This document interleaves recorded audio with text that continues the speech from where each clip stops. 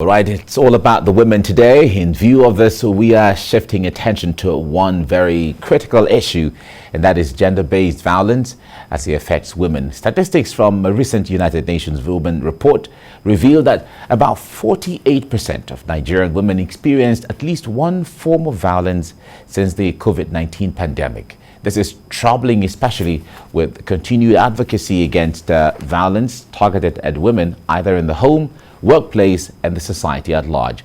This is why the Center for Journalism, Innovation and Development has designed a GBV reporting handbook to enlighten the media on gender-sensitive reporting and how to tell stories in a more inclusive way that can create the right conditions to combat gender-based violence. It will also serve as an effective manual and training tool that would help journalists and other media professionals understand the appropriate context around gender-based violence. So joining me now on Zoom is from Abuja is Busola Ajibola, a Deputy Director, Journalism Program at the Center for Journalism, Innovation and Development. It's nice to have you join me this morning, Busola. Thank you so much. Good morning. I'm happy to be here. Great. And happy International Women's Day, I must say. Yeah, we share all women, all girls out there, the same. All right. Now, let's talk about this gender-based violence. This is something that is of great concern to everyone, especially as the world is getting more civilized, if I have to put it that way. Yeah, it's becoming more of a concern to everyone. From the statistics that you have, are we having more cases of gender-based violence comparative to how it used to be, or it's always been there? We're just reporting or getting to hear more of them. What is it for us?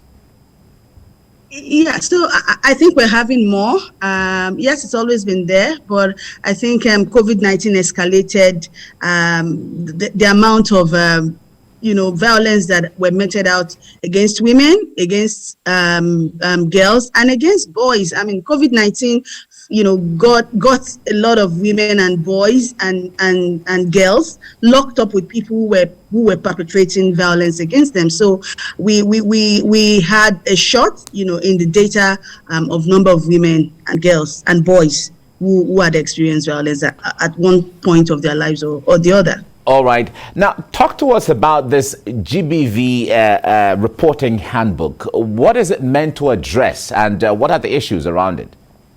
So in 2021, shortly after the COVID-19, our organization had conducted a survey on journalists, because we felt that it was important for us to understand journalists' perspective of gender-based violence themselves, because if they are the ones reporting GBV, what do they think GBV is all about? And from that survey, a number of things cropped up.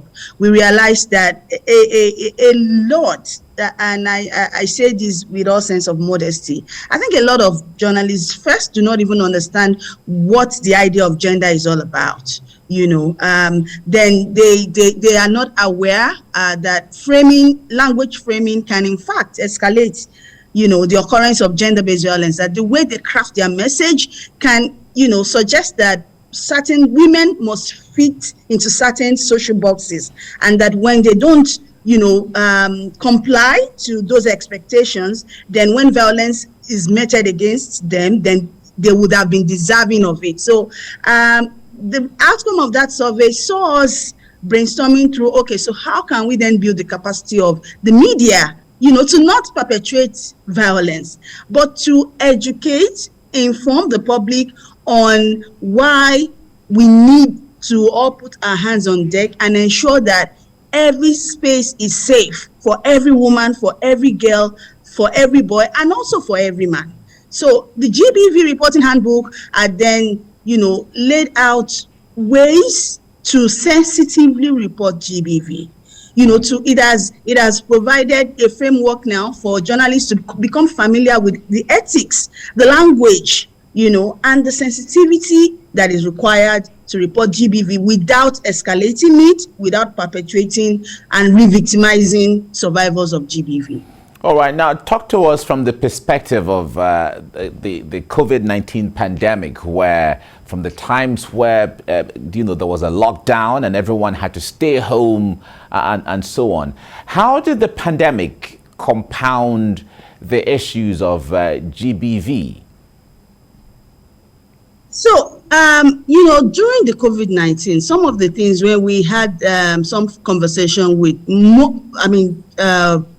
organizations that were working with women who had experienced gender-based violence. Some of the things that happened was because there was lockdown. Women who would, probably would have found some escape routes or take their children out where their children were confronting violence, couldn't access they couldn't access police stations, they couldn't access safe centers. The judiciary system was, everyone was shut down. So it meant that for those period of lockdown, if you were unfortunate to have been, locked up or stuck with somebody who was violating you, there was no help coming. And, I think across 9 states, we had very, very sporadic increase I can't pick the figure now, and I don't want to put out anything that would misinform the public, but I think more than 9 states recorded high increase in the cases of GBV. And the problem is that we realized that the media probably wasn't doing enough in doing extensive reportage of those issues. So journalists would report gender-based violence, as news, breaking news, but that's the end of it. So we saw that there was a gap in doing follow-up reports, in following the judiciary process, in following the experience of survivors, whether when they go through the police, when they go through the hospitals, when they get to the courts. And a lot of people, people who has experienced violence are telling us that they are not getting justice. So there's a problem of, lack of access to justice or outright denial of justice. But the question is, if the media is not doing an extensive coverage of this issue, not as, episodic events, but as a social issue that undermines the access of women to equity and, by extension, equality, then we know that there's a problem that we need to solve, which is why we are then, brought us this intervention. All right. So finally, how would journalists and others who are supposed to help have access to this manual on GBV, the reporting of how to tell the stories and all of that? So we today we're having a launch of the handbook, and we're bringing policymakers. We've invited editors of media organizations. We have invited CSO community, the diplomatic community, and we'll be sharing the handbook across West Africa. We'll be and we are going to upload an online version that can be downloaded free, by anyone on our website. And we would also be sending a copy of the online version to every newsroom in West Africa. We would not stop until we are sure that every journalist, every news organization have access to a copy of the GBV reporting handbook. And we believe that it is going to facilitate a better reportage of the handbook. And we encourage, this is an appeal even, that we pay very close attention to what we need to do better as media, and once and for all, also be a part of the process that sees us ending gender-based violence against all gender. All right. Thank you so much, Busola Ajibola, for coming on the program. Thank you for talking to us, and thank you for everything you're doing. We really appreciate you. Thank you. Thank you. Thank you. We're glad we're able to contribute. Great. This. Thank Amazing. you.